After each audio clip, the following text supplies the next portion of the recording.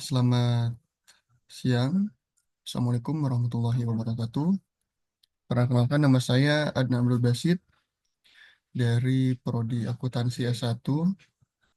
Di sini saya akan mencoba memaparkan hasil dari jawaban ujian akhir semester Pendidikan Kewarganegaraan. Di sini ada 3 pertanyaan. Pertama, mengapa pendidikan kewarganegaraan penting untuk mahasiswa di perguruan tinggi?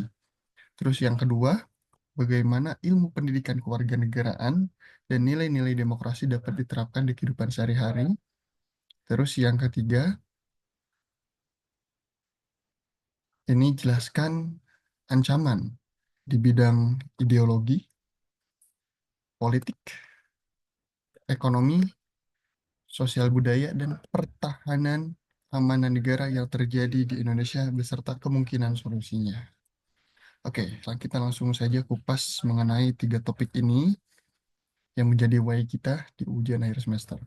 Oke, pertama, mengapa eh, pendidikan kewarganegaraan penting untuk mahasiswa di perguruan tinggi? Nah, ini saya udah mencoba merangkum jawabannya. Kenapa penting? Ya, jadi, pendidikan kewarganegaraan di perguruan tinggi ini memiliki peran yang sangat penting bagi mahasiswa. Karena apa? Karena pertama, untuk menanamkan nilai-nilai kebangsaan, membentuk karakter dan moral, terus mempersiapkan mahasiswa sebagai pemimpin di masa yang akan datang atau masa depan, terus menumbuhkan kesadaran kritis dan demokratis. Nah, terus bagaimana menanamkan nilai-nilai kebangsaan?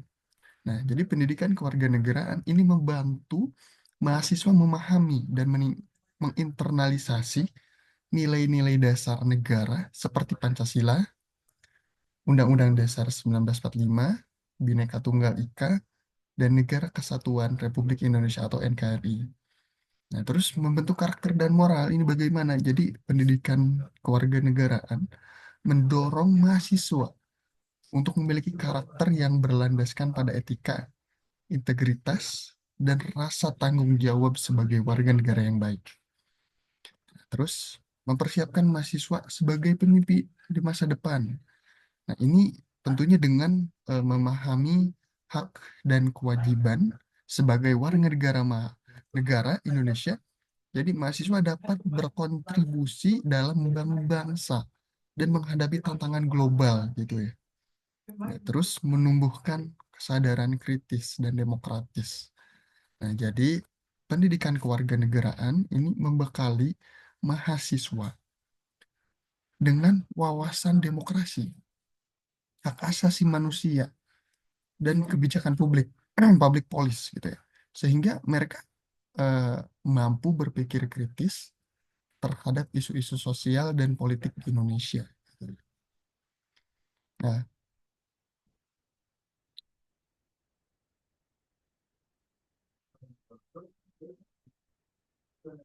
adapun eh, pentingnya pendidikan organisasi bagi mahasiswa perguruan tinggi, salah satunya sebagai poin tambahan ini meningkatkan kesadaran terhadap hak dan kewajiban sebagai warga negara. Nah, jadi mahasiswa gitu ya sebagai bagian dari masyarakat perlu memahami hak dan kewajiban. Nah, hak dan kewajiban mereka dalam kehidupan bernegara, termasuk hak memilih dan dipilih dalam pemilu gitu ya. Nah, hak atas pendidikan juga gitu ya. Serta kewajiban membayar pajak dan menjaga ketertiban umum. Terus memperkuat jiwa nasionalisme dan patriotisme. Nah, ini menanamkan rasa cinta tanah air yang diwujudkan dalam sikap peduli terhadap permasalahan bangsa gitu ya. Korupsi, kemiskinan, kan ketimpangan sosial gitu. Terus membentuk sikap kritis dan demokratis. Jadi mahasiswa diharapkan mampu berpikir kritis gitu ya dalam menanggapi isu-isu sosial, politik, ekonomi, serta tidak mudah terprovokasi gitu ya oleh berita hoax. Yang mana zaman sekarang gitu ya, terkait informasi itu harus difilter dulu gitu ya.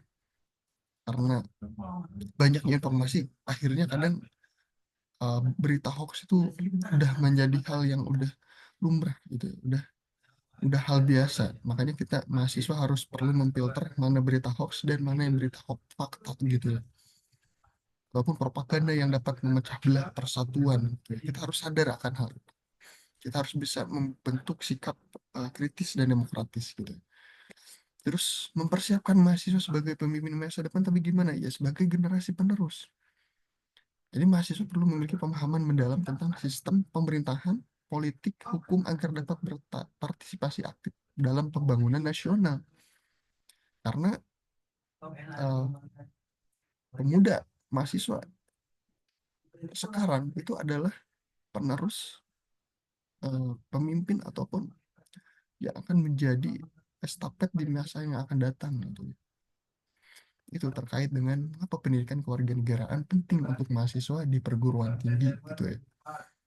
Terus yang kedua, bagaimana ilmu pendidikan kewarganegaraan dan nilai-nilai demokrasi dapat diterapkan di kehidupan sehari-hari.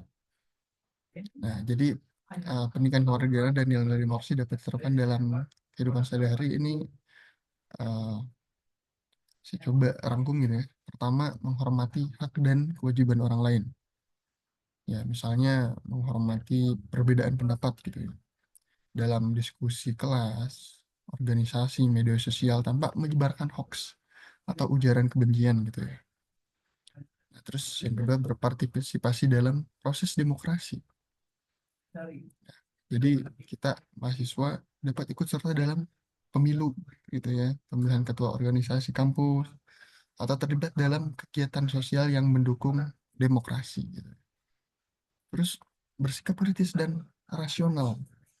Nah, tidak mudah gitu ya, tidak mudah terprovokasi oleh berita palsu, hoax, dan selalu mencari informasi dari sumber yang terpercaya sebelum menyebarkannya. Terus menjunjung keadilan dan kesetaraan. Jadi bersikap adil dalam berinteraksi dengan teman, keluarga, masyarakat, serta menolak diskriminasi berdasarkan suku, agama, ras, dan gender. Terus mendukung kebijakan publik, nah, yang berpihak pada kesetaraan rakyat, kesejahteraan rakyat gitu ya. Ini misalnya dengan mendukung kebijakan lingkungan yang ramah terhadap keberlanjutan dan menolak praktik korupsi di berbagai bidang gitu ya. Terus menghormati perbedaan pendapat tadi gitu ya yang saya jelaskan. Terus berpartisipasi dalam kegiatan demokrasi, menjalankan prinsip transparansi dan akuntabilitas, menolak segala bentuk diskriminasi, terus mematuhi hukum dan aturan yang berlaku. Itu terkait dengan bagaimana ilmu pendidikan kewarganegaraan dan nilai-nilai demokrasi dapat diterapkan di kehidupan sehari-hari.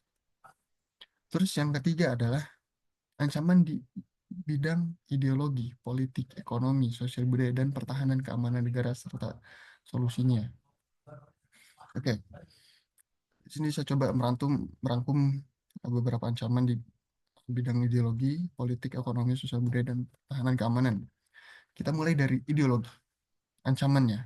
Ini penyebaran paham radikalisme, intoleransi, ideologi, dan bertentangan dengan Pancasila. Mungkin sebelum-sebelumnya banyak tuh ya isu-isu terkait radikalisme. Nah, terus solusi yang diberikan seperti apa? Pertama, memperkuat pendidikan karakter berbasis Pancasila di semua jenjang pendidikan. Kedua, meningkatkan pengawasan terhadap penyebaran konten radikal di media sosial. Ya, jadi kita harus awasi itu terhadap penyebaran konten radikal di media sosial. Terus ketiga, mendorong dialog lintas agama dan budaya untuk memperkuat toleransi. Jadi perlunya ada dialog lintas agama ya. Jangan hanya ada debat agama saja gitu ya, tapi kita harus mendorong dialog gitu ya. Kita bagaimana memecahkan masalah gitu ya. Kita solusi oriented gitu ya. Dialog lintas agama gitu seperti itu. Terus bidang politik. Nah, ancaman yang bisa kita jadikan ancaman pertama praktik korupsi. Ini udah jelas gitu ya. Politik uang dan rendahnya partisipasi masyarakat dalam demokrasi. Nah, solusi yang bisa ditawarkan pertama adalah penegakan hukum yang lebih tegas gitu ya terhadap korupsi dan politik uang. Jadi hukum itu harus tegas gitu ya terkait dengan korupsi ini, gitu. Karena kebanyakan orang berkorupsi karena mungkin hukumnya yang eh, cacat gitu ya, hukumnya yang tidak tidak kuat gitu ya. Jadi banyak yang korupsi gitu ya. Terus pendidikan politik bagi masyarakat agar lebih sadar akan hak dan kewajibannya. Nah, ini perlu pendidikan gitu ya, politik bagi masyarakat gitu ya. Agar sadar gitu ya terkait hak dan kewajibannya. Terus meningkatkan transparansi dan akuntabilitas dalam sistem pemerintahan. Oke, kita next. Ini bidang ekonomi. Oke, ancamannya ini ketimpangan ekonomi, tingginya pengangguran gitu ya. Di Indonesia sekarang udah tinggi banget dan ketergantungan terhadap produk impor gitu. Padahal kita hasil alamnya udah kaya banget gitu ya, tapi kita sebagian ada yang impor dari luar gitu. Itu kan ancaman tuh ya. Nah, solusi yang coba ditawarkan adalah pertama mendorong pengembangan ekonomi kreatif dan UMKM. Nah, mungkin sekarang sebelumnya udah banyak gitu ya dari Dinas UMKM udah coba mendorong gitu ya.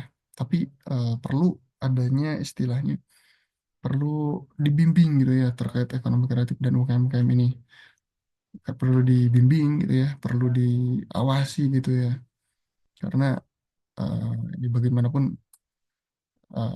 UMKM ini perlu binaan gitu ya. Terus peningkatan investasi dalam sektor industri dan teknologi gitu ya. Perlu juga nih. Terus memperkuat kebijakan ekonomi berbasis kemandirian nasional gitu. Terkait bidang ekonomi. Terus bidang sosial budaya. Sosial budaya. Ancaman ini lunturnya nilai-nilai nilai-nilai budaya lokal gitu ya, akibat globalisasi serta maraknya ujaran kebencian dan perpecahan sosial. Nah, solusi yang coba eh, ditawarkan pertama revitalisasi budaya lokal melalui pendidikan dan media. Jadi eh, kita coba boomingkan, coba up gitu ya eh, budaya lokal kita. Terus dari berbagai suku atau berbagai wilayah itu pasti punya budaya lokalnya masing-masing gitu ya melalui media gitu ya. Apalagi media ini cepat banget gitu informasinya. Jadi kita coba lestarikan lagi gitu ya budaya lokal kita.